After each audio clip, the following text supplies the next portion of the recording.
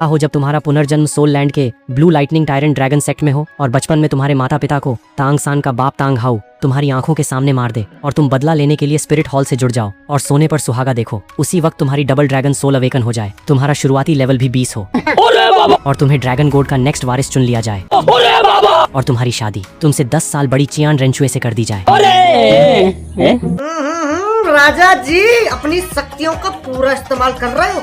कहानी शुरू होती है। भाई साहब, अगर आप सोच रहे हो कि सोल लैंड में पुनर्जन्म लेते ही मुझे एकदम pure blue lightning tyrant dragon वाली शाही खानदानी ताकत मिल गई होगी तो जरा रुक जाओ, किस्मत का खेल देखो। मुझे अपना नाम पता सब बदलकर अपने पेरेंट्स के साथ एकदम छिप छिप कर कंगाली में जिंदगी काटनी पड़ रही थी। इस सब की वजह थी 7 साल पहले की एक खौफनाक रात। मेरे पेरेंट्स बाहर ट्रेनिंग के लिए गए थे, जहां उन्होंने गलती से तांग हाओ और तांग शियाओ की पर्सनल बातें सुन ली। उन्हें पता चल गया कि अयिन कोई इंसान नहीं बल्कि एक लाख साल पुराना सोल बीस्ट है। जैसे ही उन दोनों भाइयों को भनक लगी कि मेरे पेरेंट्स ने सब सुन लिया है, भले ही मेरे पेरेंट्स ने कसम खाई कि वो मुंह नहीं खोलेंगे, पर उन जालिमों ने गवाह मिटाने के लिए उनका पीछा शुरू कर दिया। मेरे पेरेंट्स जान बचाकर भागते हुए सीधे अपने ब्लू लाइटनिंग ड्रैगन क्लैन पहुंचे। उन्होंने सोचा कि अपना खुद का कबीला है, वो उन्हें बचा लेगा, लेकिन कबीले के बड़े बुजुर्गों की कायरता तो देखो। वो पूरे कॉन्टिनेंट में तहलका मचाने वाले हाउतियन जुड़वा स्टार्स से पंगा नहीं लेना चाहते थे। उन्होंने बेरहमी से मेरे पेरेंट्स को धक्के मारकर क्लैन से बाहर निकाल दिया। बेचारे पेरेंट्स फिर से भागने पर मजबूर हो गए। वो भागते भागते बिल्कुल नॉर्थ बॉर्डर के सुदूर इलाके में आ गए। तब जाकर कहीं उन हत्यारों से पीछा छूटा और वहीं मेरा जन्म हुआ। उन्होंने मेरा सरनेम बदलकर नियन रख दिया। इसके पीछे 2 वजहें थीं। पहली, कबीले के उस धोखे के लिए उनके दिल में नफरत कूट कूट कर भरी थी, और दूसरी, अपनी पहचान छुपाना। वो बचपन से मुझे एक ही बात रटाते रहे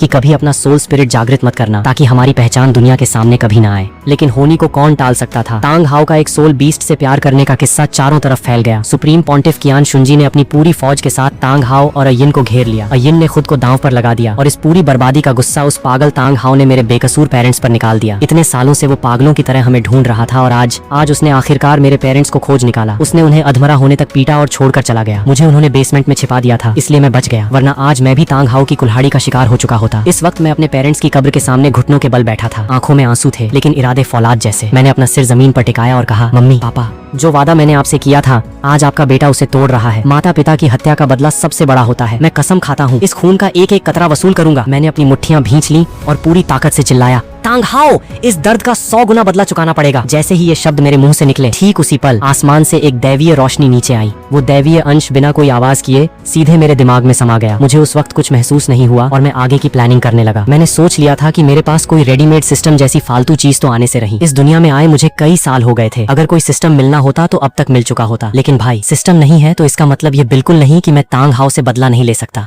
कहते हैं ना, जहाँ चाह वहाँ राह। अगर ठान लो तो रास्ता खुद ब खुद बन जाता है। मुझे इस दुनिया की पूरी कहानी रटी हुई थी, तो क्या मैं तांग हाओ जैसे गिरे हुए इंसान को नहीं संभाल सकता? तांग हाओ आज जो भी है वो अपने उसी पाखंडी, दोगले और चोर बेटे तांग सान की बदौलत ही तो उछल रहा है ना। बस मुझे एक ही काम करना है, तांग सान को मिलने वाले सारे बड़े मौके और खजाने पहले ही लूट लेने हैं। उसे रास्ते से हटाना तो बस वक्त की बात है। अगर मैं टाइमलाइन का हिसाब लगाऊं तो मैं तांग सान से उम्र में 1 साल छोटा हूँ। तांग सान को नॉटिंग अकेडमी ज्वाइन किए अभी सिर्फ 1 साल हुआ है और ग्रैंड मास्टर को अपना गुरु बनाए भी 1 ही साल बीता है। कुछ भी कहो, उसे सनसेट फॉरेस्ट के खजाने तक पहुंचने में अभी कम से कम 6 साल का वक्त लगेगा। इन 6 सालों में उसके सारे मौके छीनने के लिए मेरे पास भरपूर टाइम है। खासकर वो चमत्कारी जड़ी बूटियां। श्रेक 7 अगर आगे चलकर भगवान बन पाए तो उसकी सबसे बड़ी वजह वो जड़ी बूटियां ही थी। मेरे पेरेंट्स का soul spirit blue lightning dragon था, तो मेरा भी वही होगा। मुझे उस जहर के सौदागर पॉइजन डुआलुओ और उसकी पोती का जहर उतारने का तरीका अच्छे से पता है। उसके बदले में एक चमत्कारी बूटी ऐंठना मेरे लिए कोई बड़ी बात नहीं होगी। ब्लू लाइटनिंग ड्रैगन स्पिरिट को अगर वो बूटी मिल जाए तो वो इन्वॉल्व होकर एक अल्टीमेट गॉड लेवल स्पिरिट बन सकता है। उसके बाद मैं सीधे स्पिरिट हॉल ज्वाइन करूंगा। उनके सपोर्ट से आगे बढ़कर क्या मैं तांग हाओ और तांग सान को मिट्टी में नहीं मिला पाऊंगा? सच कहूं तो पहले मेरा तांग सान से दुश्मनी करने का कोई इरादा नहीं था, क्योंकि उसने मेरा कुछ बिगाड़ा नहीं था। लेकिन अब जब वो मेरे माता पिता के कातिल का बेटा है तो भाई अब उसे मेरे गुस्से का सामना करने के लिए तैयार रहना होगा। यही सोचते हुए मैंने तुरंत अपनी छोटी सी झोपड़ी से अपना सामान समेटा। अब मैं 6 साल का हो चुका था, यानी अपना सोल स्पिरिट जगाने का सही वक्त आ गया था। लेकिन मुझे इस इलाके के आसपास यह रिस्क बिल्कुल नहीं लेना था। सबसे सेफ रास्ता था सीधे स्पिरिट सिटी जाना। वहाँ पूरे दिन फ्री में स्पिरिट अवेकनिंग होती है और सबसे बड़ी बात, तांग हाओ वहाँ कदम रखने की हिम्मत कभी नहीं करेगा। यही मेरी पहली और आखिरी चॉइस थी। एक बार स्पिरिट जाग जाए फिर सीधे स्पिरिट हॉल में एंट्री मारूंगा। वहाँ मुझे पूरी सिक्योरिटी भी मिल जाएगी। सामान पैक कर मैं बिना रुके स्पिरिट सिटी की तरफ निकल पड़ा। वक्त पानी की तरह बहता गया और देखते ही देखते 1 महीना बीत गया। दिन रात एक करके आखिरकार एक शाम ढलते वक्त मैं स्पिरिट सिटी के आलीशान गेट के सामने खड़ा था। शहर में घुसते ही मैंने पूछताछ की और सीधे अवेकनिंग हॉल के सामने पहुंच गया। अब जो भी था, जीत या हार, आर या पार, सब यही होना था। मेरे कपड़े फटे हुए थे, चेहरे पर थकान साफ दिख रही थी, लेकिन आंखों की चमक और जिद वैसी ही थी। रास्ते में डाकुओं ने मुझे लूट लिया था, मेरी कीमती चीजें छीन ली थी। बहुत पापड़ बेलने पड़े थे यहाँ तक पहुँचने के लिए, लेकिन माता पिता की मौत के बदले के सामने ये मुसीबतें कुछ भी नहीं थी। मैं अभी सोच ही रहा था कि तभी हॉल का भारी दरवाजा खुला और स्पिरिट हॉल का एक मेल सोल मास्टर बाहर आया। वह दरवाजा बंद बंद करते हुए चिढ़कर बड़बड़ा रहा था। रोज इन कबाड़ी और नीच लोगों के स्पिरिट जगाने पड़ते हैं, किस्मत ही खराब है। पहले पता होता तो साम्राज्य की सेना ही ज्वाइन कर लेता। क्या बंद होने का टाइम हो गया? मैंने मन ही मन सोचा और तुरंत आगे बढ़कर तमीज से पूछा, अंकल नमस्ते, क्या हॉल बंद करने का वक्त हो गया है? उस सोल मास्टर ने आवाज सुनकर नीचे देखा। एक गंदे फटेहाल बच्चे को देखकर उसने मुझे पूरी तरह इग्नोर मार दिया और दरवाजा धड़ाम से बंद करने लगा। ये देख मेरा दिल हलक में आ गया। अगर आज मेरा स्पिरिट अवेकन नहीं हुआ तो मुझे इस अनजान शहर की सड़कों पर भूखे प्यासे सोना पड़ेगा। मैंने घबराकर चिल्लाते हुए दरवाजे के कोने को पकड़ लिया। अंकल प्लीज, मैं 6 साल का हूँ और मुझे अपना स्पिरिट जगाना है, बस थोड़ा सा वक्त दे दीजिए। मैं वादा करता हूँ आगे चलकर आपका यह एहसान जरूर चुकाऊंगा। मेरी आंखों में गिड़गिड़ाहट थी, लेकिन उस पत्थर दिल पर कोई असर नहीं हुआ, उल्टा वो और भड़क गया। उसने मुझे इतनी जोर से धक्का दिया कि मैं सीधे जमीन पर जा गिरा। उसके चेहरे पर नफरत साफ दिख रही थी। वह चिल्लाया, चल भाग यहाँ से, मेरा दिमाग मत चाट। एहसान चुकाएगा? तू खुद को समझता क्या है रे, 2 कौड़ी का नीच भिखारी। जमीन पर गिरने से मुझे काफी चोट आई थी। मेरी मुट्ठियां गुस्से और जिल्लत से भींच गईं। लेकिन मैं जानता था कि गलती मेरी ही थी कि मैंने उसका रास्ता रोका। इसलिए मैंने अपने गुस्से को पी लिया और उठकर जाने लगा। तभी अचानक एक कड़क और रोबीली आवाज गूंजी, बदतमीज, तुम्हारी ये मजाल। उस आवाज के साथ एक ऐसा खौफनाक दबाव पैदा हुआ कि उस सोल मास्टर की सांसें अटक गईं। कितनी खतरनाक एनर्जी है। मैंने हैरान होकर पीछे देखा। सामने से एक बेहद खूबसूरत और ग्रेसफुल औरत गुस्से में चली आ रही थी। कमाल की खूबसूरत है, ये कौन हो सकती है? मैं बस देखता रह गया। वह मेल सोल मास्टर तो डर के मारे कांपने लगा था। उसने थरथराते हुए कहा, ली लिंग युआन एल्डर, लिंग युआन, स्पिरिट हॉल की इकलौती महिला एल्डर। नाम सुनते ही मैं दंग रह गया। लिंग युआन ने तेजी से आगे बढ़कर उस मास्टर को फटकार लगाई। स्पिरिट हॉल का नियम है कि अवेकनिंग हॉल सूरज डूबने के बाद ही बंद होगा। अभी तो बस शाम हुई है और तुम दरवाजा बंद करने की फिराक में हो। तमीज भूल गए हो क्या? वह सोल मास्टर बस माफी मांगे जा रहा था। उसकी हिम्मत नहीं थी कि एक शब्द भी बोल पाए। ये सुनकर मुझे बहुत तसल्ली हुई। मतलब गलती मेरी नहीं थी, ये जानवर ही नियम तोड़ रहा था। बेटा, तुझे तो मैं बाद में देखूंगा, मैंने सोचा। हटो यहाँ से। लिंग युआन ने उसे दुत्कारा और फिर मेरी तरफ मुड़ी। मेरी हालत देखकर उनके दिल में रहम आ गया। वह नीचे झुकी और बेहद प्यार से बोली, छोटे बच्चे, क्या तुम्हें अपना सोल स्पिरिट जगाना है? दीदी तुम्हारी मदद करे। उन्होंने अपना कोमल हाथ मेरी तरफ बढ़ाया। मैं कोई बेवकूफ नहीं था जो ऐसा मौका हाथ से जाने देता। मैंने तुरंत हाँ में सिर हिलाया। हाँ दीदी, प्लीज मेरी मदद कीजिए। मैंने अपना छोटा सा हाथ उनके हाथ में दे दिया। वो मुस्कुराई और मुझे अंदर ले गई। चलो मेरे साथ अंदर आओ। ये देखकर वह कमीना सोल मास्टर गुस्से में दांत पीस रहा था। उसने हमेशा सुना था कि एल्डर लिंग युआन बेहद सख्त है, लेकिन आज इस कंगाल बच्चे पर वह इतनी मेहरबान हो रही थी। पर जल्दी ही उसके चेहरे पर एक कमीनी मुस्कान आ गई। देखते हैं इस भिखारी का क्या घटिया स्पिरिट निकलता है,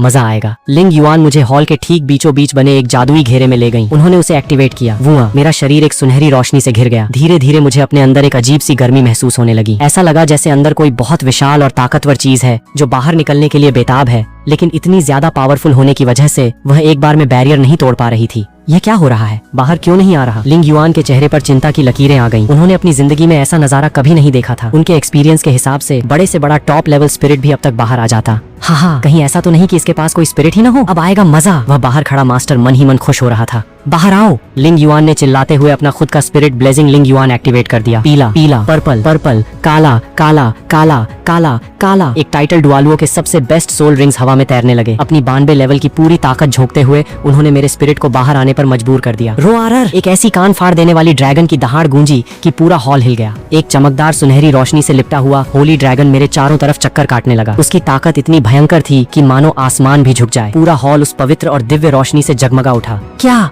ये भयंकर एनर्जी? क्या ये ब्लू लाइटनिंग ड्रैगन से भी ऊपर का गोल्डन होली ड्रैगन है? नहीं, इस ड्रैगन का खून और इसका रुतबा गोल्डन होली ड्रैगन से कहीं बढ़कर है। ये तो पौराणिक कथाओं वाला सेमी गॉड स्पिरिट है, रेडिएंट होली ड्रैगन। वह सोल मास्टर पागलों की तरह चिल्लाने लगा। उसका सारा घमंड हवा हो चुका था। यहाँ तक कि खुद एल्डर लिंग युआन की आंखें भी फटी की फटी रह गईं। मैं खुद भी हैरान था, लेकिन हैरानी से ज्यादा मेरे अंदर एक अलग ही लेवल का जोश था। अगर ऐसा स्पिरिट मिला है तो बदले की आग में तांग हाव का जलना तो तय है। तभी लिंग युआन को कुछ और महसूस हुआ। वह चौंक कर चिल्लाई, रुको, एक और स्पिरिट है। उन्होंने बिना वक्त गंवाए अपनी बची कुची पूरी खतरनाक एनर्जी उस घेरे में झोंक दी। दहाड़, एक और भी ज्यादा भारी और गहरी दहाड़ गूंजी। इस बार एक गहरे काले रंग का पाताल की शक्तियों वाला ड्रैगन बाहर आया। वह भी मेरे चारों तरफ घूमने लगा। उसकी काली रोशनी और पहले वाले ड्रैगन की सुनहरी रोशनी आपस में ऐसे टकराई जैसे सूरज और चांद एक साथ मिल गए हों। पूरा हॉल रंगों के एक नए धमाके से भर गया। ये तो ट्विन स्पिरिट्स हैं, और ये दूसरा वाला तो आज तक कभी देखा ही नहीं गया। रेडिएंट होली ड्रैगन के बिल्कुल अपोजिट। क्या ये डार्क होली ड्रैगन है? इस लड़के के पास दो सेमी गॉड स्पिरिट्स हैं। वह सोल मास्टर पूरी तरह सदमे में आ गया और सीधे जमीन पर ढेर हो गया। लिंग युआन भी स्तब्ध खड़ी थी। उन्होंने अपनी पूरी जिंदगी में ऐसा चमत्कार कभी नहीं देखा था। धड़ाम! अगले ही पल मेरे शरीर से रोशनी और अंधेरे का एक मिक्स एनर्जी बीम निकला, जिसने हॉल की छत को चीरते हुए सीधे आसमान के बादलों को हिलाकर रख दिया। आसमान में 2 विशाल ड्रैगन की परछाइयां दिखने लगी। पूरा शहर इस धमाके से दहल उठा। जितने भी एल्डर और सुप्रीम लीडर्स थे, सब इस एनर्जी को महसूस करके तुरंत इस तरफ भागने लगे। Light and dark twin dragons. मैं अपने चारों तरफ घूमते इन दोनों ड्रैगन्स को देखकर अपनी खुशी और एक्साइटमेंट को संभाल नहीं पा रहा था। जल्दी मुझे देखने दो कि तुम्हारी इनहेरेंट सोल पावर कितनी है। लिंग युआन अपनी एक्साइटमेंट छुपा नहीं पा रही थी। उन्होंने तुरंत क्रिस्टल बॉल मंगवाई। जैसे ही मैंने उस पर हाथ रखा, बॉल इतनी तेजी से चमकी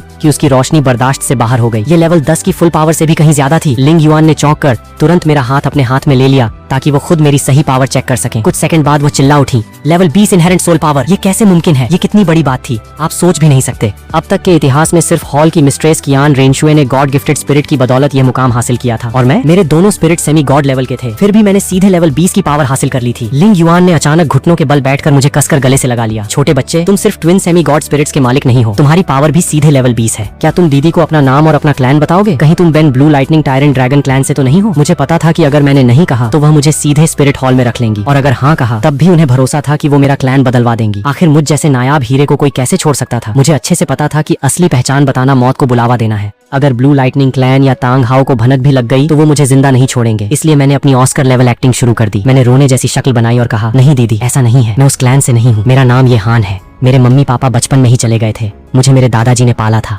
इतना कहकर मैंने अपनी आंखों से जबरदस्ती आंसू निकाले। लेकिन वो भी अब इस दुनिया में नहीं है। मैं बिल्कुल अकेला हूँ। एक्टिंग को और रियल बनाने के लिए मैं सीधे लिंग युआन की गोद में मुंह छिपाकर रोने लगा। लिंग युआन पहले तो हैरान हुई, फिर उनका दिल पिघल गया। उन्होंने मुझे थपथपाते हुए चुप कराया। शहजादे, रोते नहीं है, अब से तुम्हारी यह दीदी तुम्हारे साथ है ना? मैंने आंसू भरी आंखों से उनकी तरफ देखा और मासूमियत से पूछा, दीदी क्या आप मुझे अपने पास रखोगी? लिंग युआन खुश हो गई और मुस्कुराते हुए सिर हिलाया। बिल्कुल रखूंगी, लेकिन एक शर्त है, तुम्हें स्पिरिट हॉल ज्वाइन करना होगा और मुझे अपना गुरु मानना होगा। मैं उनका गेम समझ रहा था, वो मुझे अपने साथ बांधना चाहती थी, पर मैं तो खुद यही चाहता था। मेरा प्लान ही स्पिरिट हॉल में घुसना था। भले ही लिंग युआन की ताकत और पोजीशन स्पिरिट हॉल के बड़े लीडर्स में थोड़ी कम थी, लेकिन उनका दिल साफ था और वो भरोसेमंद थी। जब मुझे पूरी कहानी पता है और इतने तगड़े स्पिरिट मिले हैं तो भगवान बनना मेरे लिए बाएं हाथ का खेल था। शुरुआत के लिए एक टाइटल डुआलुओ का सपोर्ट मिलना ही बहुत था। और हाँ, मैं पहले ही साफ कर दूं, मैं उनकी खूबसूरती के चक्कर में हाँ नहीं कर रहा था, ठीक है ना? हाँ, मैं जैसे ही हाँ बोलने वाला था, अचानक मेरा दिमाग एकदम सुन्न हो गया। आंखों के सामने सब धुंधला हो गया और मेरी कॉन्शियसनेस को कोई जादुई ताकत कहीं खींच कर ले गई। अगले ही पल मैं एक बहुत बड़े अनंत अंधेरे स्पेस में खड़ा था। ये कौन सी जगह है? मैं अचानक यहाँ कैसे आ गया?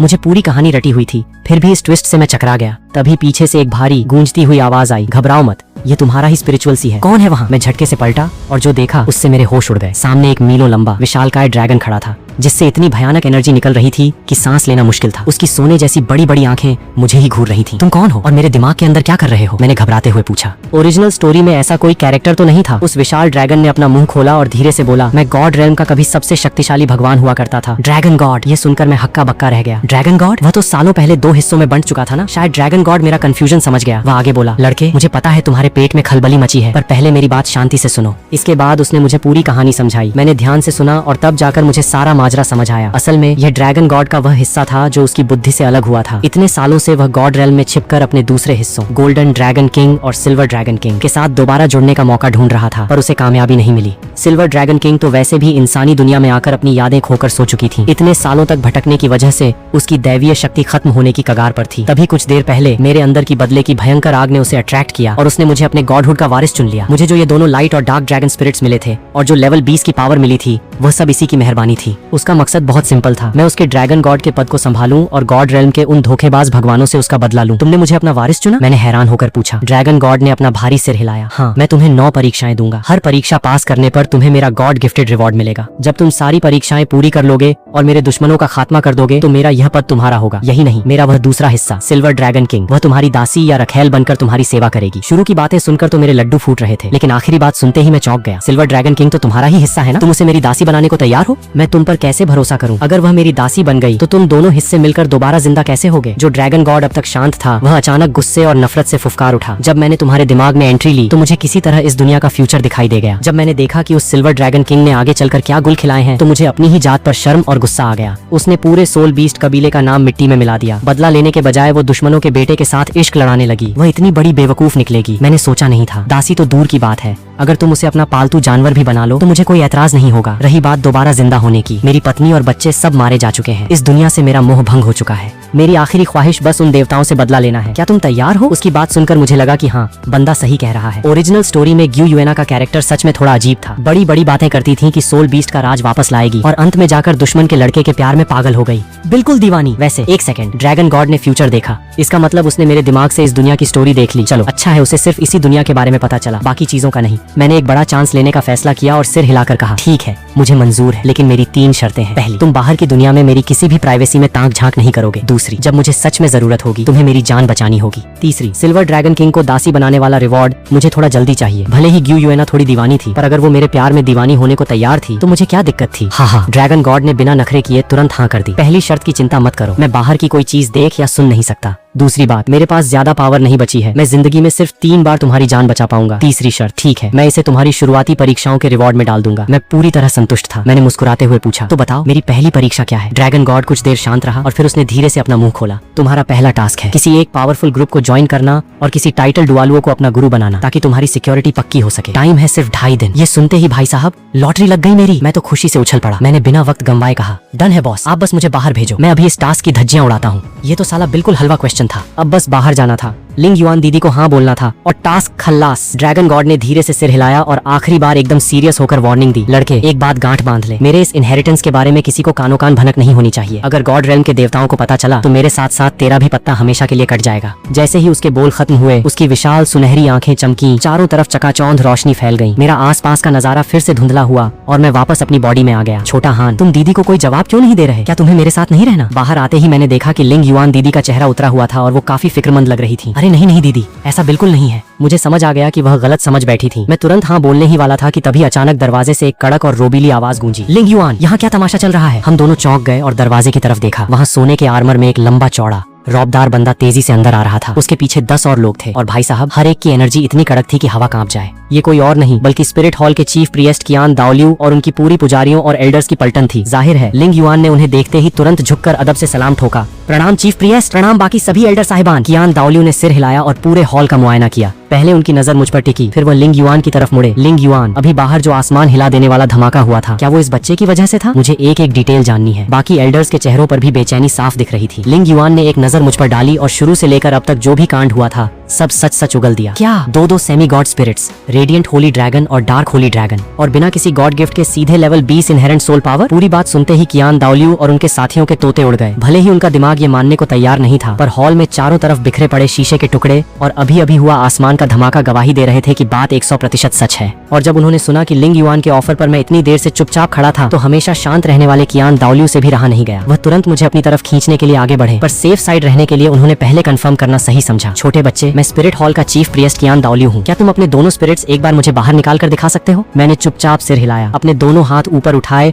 और light and dark twin Holi dragons को आजाद कर दिया। पल भर में रोशनी और अंधेरा आपस में गुथम गुथा हो गए और एक भयानक रीढ़ की हड्डी कंपा देने वाला प्रेशर पूरे हॉल में फैल गया। वूश, वहाँ खड़े हर एक बंदे की सांस अटक गई, सबकी आंखें फटी की फटी रह गईं। भाई साहब, जैसा लिंग युआन ने कहा था, सीन बिल्कुल वैसा ही था। इस लड़के में तो सीधा गॉड लेवल बनने का पोटेंशियल था। जब पक्का भरोसा हो गया तो कियान दाओलियू मुझे हाथ से कैसे जाने देते। वो तुरंत एक्साइटेड होकर बोले, तुम्हारा नाम ये हान है ना? तो आज से मैं तुम्हें छोटा हान कहूंगा। छोटा हान, तुम जानते ही होगे कि हमारा स्पिरिट हॉल इस पूरे कॉन्टिनेंट में क्या हैसियत रखता है। अगर तुम हमारे साथ जुड़ते हो तो मैं इसी वक्त तुम्हें स्पिरिट हॉल का होली सन घोषित करता हूँ। हमारी पूरी ऑर्गेनाइजेशन तुम्हें पाल पोस कर बड़ा करेगी और तुम्हें भगवान बनने के रास्ते पर ले जाएगी। ये सुनते ही वहाँ खड़े किसी भी एल्डर ने एक लफ्ज भी खिलाफ नहीं बोला। मैं तो पहले ही हाँ बोलने वाला था और अब तो सीधे होली सन की गद्दी मिल रही थी। मैंने अपने ड्रैगन्स को वापस अंदर लिया और सिर झुकाकर कहा, मुझे मंजूर है, मैं स्पिरिट हॉल ज्वाइन करने और होली सन बनने के लिए तैयार हूँ। अभी कियान दाओलियू और बाकी लोग खुशी मना भी नहीं पाए थे कि तभी बाहर से एक बेहद कड़क और तीखी औरत की आवाज हॉल में गूंजी, चीफ प्रिएस्ट, भले ही आप सबसे बड़े पद पर हैं, लेकिन होली सन जैसी बड़ी गद्दी सौंपने से पहले हमारे नियमों के मुताबिक क्या आपको इस जमाने की करंट सुप्रीम पॉन्टिफ यानी मुझसे इजाजत नहीं लेनी चाहिए थी?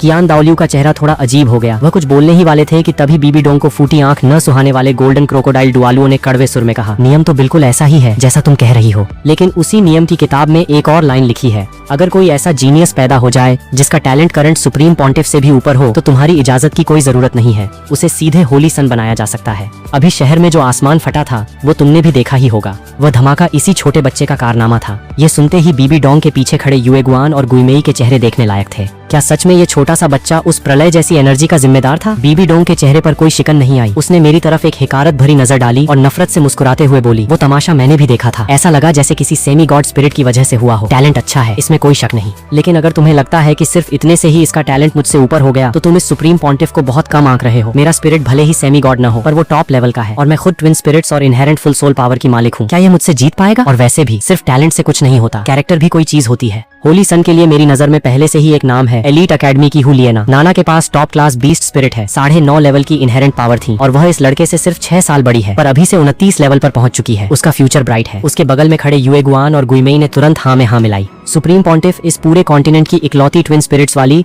और सबसे कम उम्र में टाइटल डुआलुओ बनने का रिकॉर्ड तोड़ने वाली हस्ती थी। इस लड़के का स्पिरिट सेमी गॉड है तो क्या हुआ? क्या इसके पास ट्विन स्पिरिट्स हैं? क्या इसके पास इनहेरेंट फुल सोल पावर है? और वैसे भी अकेडमी की हुलियना का कैरेक्टर और टैलेंट दोनों ही सुप्रीम पॉन्टिफ के हिसाब से बिल्कुल परफेक्ट थे। हा, क्या मजाक है, सच में बहुत बड़ा जोक है। बीबी डोंग की ये घमंड भरी बातें सुनकर गोल्डन क्रोकोडाइल डुआलुओ जोर जोर से हंसने लगा। वहाँ खड़े कियान दाओलियू और बाकी पुजारियों की भी हंसी छूटने ही वाली थी। वहीं दूसरी तरफ बीबी डोंग के चमचे एल्डर्स शर्म के मारे पानी पानी हो रहे थे। मुझे भी मन ही मन बड़ी हंसी आ रही थी और मैं तो बस यह सोचकर मजे ले रहा था कि जब इस औरत को मेरा असली टैलेंट पता चलेगा तो इसके चेहरे का रंग कैसा उड़ेगा। बदतमीज! बीबी डोंग को लगा कि उसकी पावर को सरेआम चैलेंज किया जा रहा है। उसने गुस्से में आकर अपना भारी राजदंड पूरी ताकत से जमीन पर पटका और अपनी भयंकर एनर्जी का पूरा प्रेशर गोल्डन क्रोकोडाइल डुआलुओ की तरफ मोड़ दिया। गोल्डन क्रोकोडाइल भी कोई कच्ची गोटी नहीं खेला था। उसने अपना पैर जमीन पर मारा और उसकी एनर्जी का मुकाबला किया। धूम! दोनों के प्रेशर आपस में टकराए और एक तगड़ा शॉकवेव पूरे हॉल में फैल गया। लिंग युआन दीदी ने जब देखा कि पानी सिर से ऊपर जा रहा है तो उन्होंने तुरंत मुझे खींचकर अपनी छाती से लगा लिया ताकि मुझे कोई खरोंच ना आए। बस करो, बहुत हुआ। कियान दाओलियू ने दहाड़ते हुए अपनी खतरनाक एनर्जी से उन दोनों के प्रेशर को हवा में ही उड़ा दिया। फिर वह बीबी डोंग को समझाने वाले टोन में बोले, क्रोकोडाइल का बर्ताव थोड़ा रूड था पर उसकी कोई गलती नहीं है। असल में इस बच्चे का टैलेंट इतना ज्यादा खतरनाक है कि वह तुम्हारी सोच से भी कोसों आगे है। बीबी डोंग हार मानने वालों में से नहीं थी। वह गुस्से में दोबारा बहस करने लगी पर कियान दाओलियू ने उसे बीच में ही टोकते हुए लिंग युआन की गोद में छिपे मेरी तरफ इशारा किया। छोटा हान, इधर आओ। ये हमारे स्पिरिट हॉल की सुप्रीम पॉन्टिफ है, जरा इन्हें भी अपना जलवा दिखाओ। मैंने सिर हिलाया और धीरे धीरे आगे बढ़ा। हॉल में मौजूद हर एक आंख मुझ पर टिकी थी। मैंने गहरी सांस ली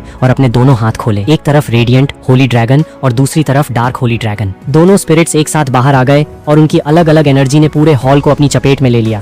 क्या? बीबी डोंग की सुंदर आंखें सदमे से कांपने लगी। यह नजारा उसकी इमेजिनेशन से भी परे था। युएगुआन और गुइमेई तो बिल्कुल बुत बन गए। साला, दूसरों को जोकर समझते समझते वो खुद जोकर बन चुके थे। लेकिन पल भर में ही बीबी डोंग की आंखों में एक अजीब सी चमक और लालच आ गया। इतनी खतरनाक डार्क एनर्जी, अगर मैं इसे निगल जाऊं तो मेरे रोशसा गॉड के टास्क चुटकियों में पूरे हो जाएंगे। और ये रेडिएंट होली ड्रैगन स्पिरिट, क्या पता इससे मेरे प्यारे शियाओगांग के कबाड़ स्पिरिट का डिफेक्ट ठीक हो जाए। अगर मैंने शियाओगांग की प्रॉब्लम सॉल्व कर दी तो क्या वह वापस मेरे पास नहीं आ जाएगा? ये सोचते ही उसका सारा गुस्सा हवा हो गया। वह एक कुटिल मुस्कान के साथ बोली, बहुत बढ़िया, अब मानना पड़ेगा कि यह लड़का सच में होली सन बनने के लायक है। कियान दाओलियू ने राहत की सांस ली पर वह जानते थे कि यह तूफान के पहले की शांति है। बीबी डोंग इतनी आसानी से मैदान नहीं छोड़ेगी और वही हुआ। बीबी डोंग ने तुरंत पासा पलटा। अब जब यह होली सन बन ही गया है तो इसे सिखाने के लिए कोई तगड़ा मास्टर भी तो चाहिए ना। कियान दाओलियू का माथा ठनका। वह समझ गए कि यह औरत अब मुझे अपने कंट्रोल में लेने की चाल चल रही है। वह कुछ बोलने ही वाले थे कि बीबी डोंग ने अपनी रौबीली आवाज में बात काट दी। स्पिरिट हॉल के इतिहास में जितने भी होली सन या होली मेड हुए हैं उन्हें हमेशा करंट सुप्रीम पॉन्टिफ ने ही ट्रेन किया है और आज यह जिम्मेदारी मेरी है। किसी को कोई ऐतराज? सबकी नजरें तुरंत कियान दाओलियू पर टिक गईं।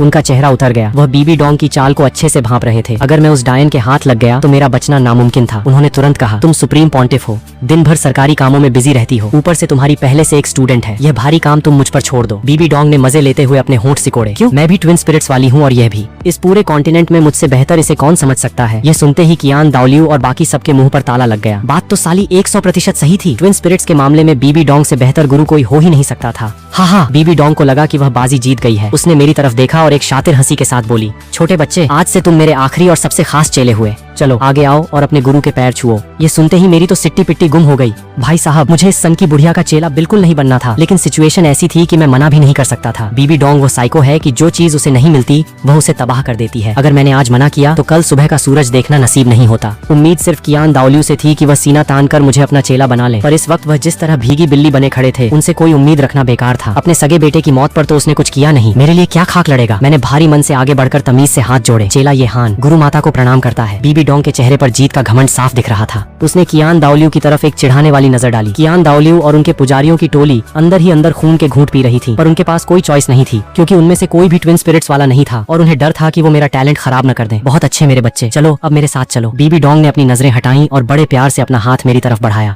मैंने एक आखिरी नजर अपनी मसीहा लिंग युआन दीदी पर डाली और भारी मन से उसका हाथ थामने ही वाला था कि तभी कियान दाओलियू के दिमाग की बत्ती जली। उन्होंने तुरंत चिल्लाकर कहा, रुको। बीबी डोंग ने चिढ़कर अपनी भौहें सिकोड़ी। चीफ प्रिएस्ट, अब क्या कसर रह गई है? कियान दाओलियू ने थोड़ा सोचा और धीरे से बोले, ये बात सच है कि तुम छोटा हान को सिखाने के लिए बेस्ट हो, पर जैसा मैंने कहा तुम देश दुनिया के कामों में बहुत बिजी रहती हो, कहीं न कहीं चूक तो होगी ही। छोटा हान का टैलेंट इस दुनिया के इतिहास में सबसे अनोखा है। तुम इसे उस हुलियना की तरह नॉर्मल एकेडमी में पढ़ने के लिए तो छोड़ नहीं सकती। मेरी मानो तो हमें सभी एल्डर्स या पुजारियों में से किसी एक को इसका पर्सनल असिस्टेंट टीचर और बॉडीगार्ड अपॉइंट कर देना चाहिए, जो 24 घंटे इसकी सिक्योरिटी का ध्यान रखे। आखिर जब इसके होली सन बनने की खबर बाहर फैलेगी तो दुश्मन कबीले इसे जान से मारने की साजिश रचेंगे। 24 घंटे प्रोटेक्शन बहुत जरूरी है। ये सुनते ही बाकी पुजारियों ने तुरंत सुर में सुर मिलाया। हाँ, बात तो बिल्कुल पते की है। बीबी डोंग का चेहरा फिर से काला पड़ गया। बूढ़ा खूसट खुद नहीं रख पाया तो अब मेरे रास्ते में रोड़े अटका रहा है। वह समझ गई कि अगर मेरे साथ कोई परमानेंट बॉडीगार्ड लग गया तो वह मुझे पूरी तरह अपने कंट्रोल में नहीं ले पाएगी। लेकिन चूंकि बहुत से एल्डर्स उसके अपने वफादार थे, उसे भरोसा था कि मैं कियान दाओलियू के किसी बंदे को तो बिल्कुल नहीं चुनूंगा। थोड़ा नफा नुकसान सोचकर उसने एक जुआ खेलने का फैसला किया। चीफ प्रिएस्ट की बात में दम तो है, लेकिन यह पर्सनल टीचर कौन होगा, इसका फैसला यह बच्चा खुद करेगा। कियान दाओलियू ने पूरे कॉन्फिडेंस के साथ सिर हिलाया और सबकी तरफ देखकर कहा, चलो भाइयों, इस बच्चे को अपना अपना इंट्रोडक्शन दो। ये बोलते हुए उन्होंने चुपके से लिंग युआन की तरफ एक इशारा किया। लिंग युआन दीदी तुरंत गेम समझ गईं। वह सबसे पहले आगे आईं,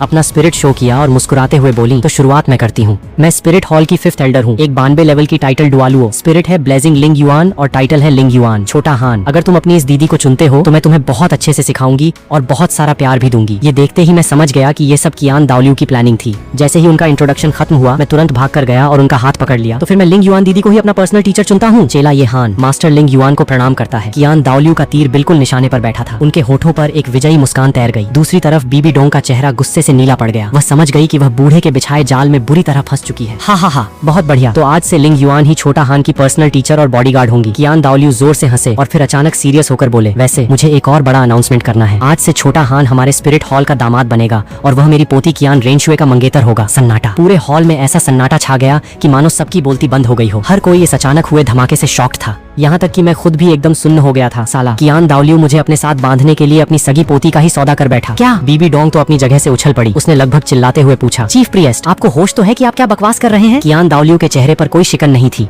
उनके इरादे पक्के थे, मुझे अच्छे से होश है। और हमारे स्पिरिट हॉल की तरफ से इस रिश्ते को पक्का करने के लिए मैं इस बच्चे को एक 90,000 साल पुरानी लाइट एट्रीब्यूट वाली हेड सोल बोन गिफ्ट कर रहा हूँ। इतना कहकर उन्होंने अपने स्टोरेज टूल से एक चमकीला लकड़ी का डिब्बा निकाला। जैसे ही उसे खोला, उसके अंदर से सोने जैसी तेज रोशनी वाली हेड सोल बोन चमकने लगी। हड़कंप। हॉल में एक बार फिर से शोर मच गया। 90,000 साल पुरानी सोल बोन, ये वो चीज है जिसके लिए बड़े से बड़े टाइटल डुआलुओ भी किसी का खून कर दें, और वो भी सबसे कीमती हेड सोल बोन। ये तो किस्मत वालों को ही मिलती है, और बुढ़े ने इसे इतनी आसानी से थाली में सजा कर दे दिया था। इससे साफ था कि वो इस मामले को लेकर कितना सीरियस था। अगले ही पल कियान दाओलियू मेरे पास आए और वह डिब्बा मेरे हाथों में थमाते हुए मुस्कुराए, छोटा हान, यह एक 90,000 साल पुराने लाइट सब ड्रैगन की हेड सोल बोन है। ये तुम्हारी हुई। तो क्या तुम हमारे क्लैन के दामाद बनने और मेरी पोती के मंगेतर बनने के लिए तैयार हो? तभी उन्हें कुछ याद आया तो वह थोड़े झेंपते हुए बोले, वैसे वह उम्र में तुमसे करीब 10 साल बड़ी है, तुम्हें कोई ऐतराज तो नहीं होगा ना? मेरी तो आंखें फटी की फटी रह गईं। अंदर ही अंदर लड्डू फूट रहे थे। एक तो इतनी तगड़ी सोल बोन फ्री में मिल रही थी, ऊपर से कियान रेनशुए जैसी गॉडेस का हस्बैंड बनने का मौका। जो मना करे वो साला पैदाइशी बेवकूफ। और वैसे भी अगर कियान दाओलियू का हाथ मेरे सिर पर रहेगा तो तांग हाउ से बदला लेना और भी आसान हो जाएगा। मैंने तुरंत एकदम सीरियस और संस्कारी शक्ल बनाई और कहा, चीफ प्रिएस्ट, उम्र तो बस एक नंबर है, आप बिल्कुल फिक्र मत कीजिए। आपकी पोती की आगे की पूरी लाइफ की जिम्मेदारी अब से मेरी हुई।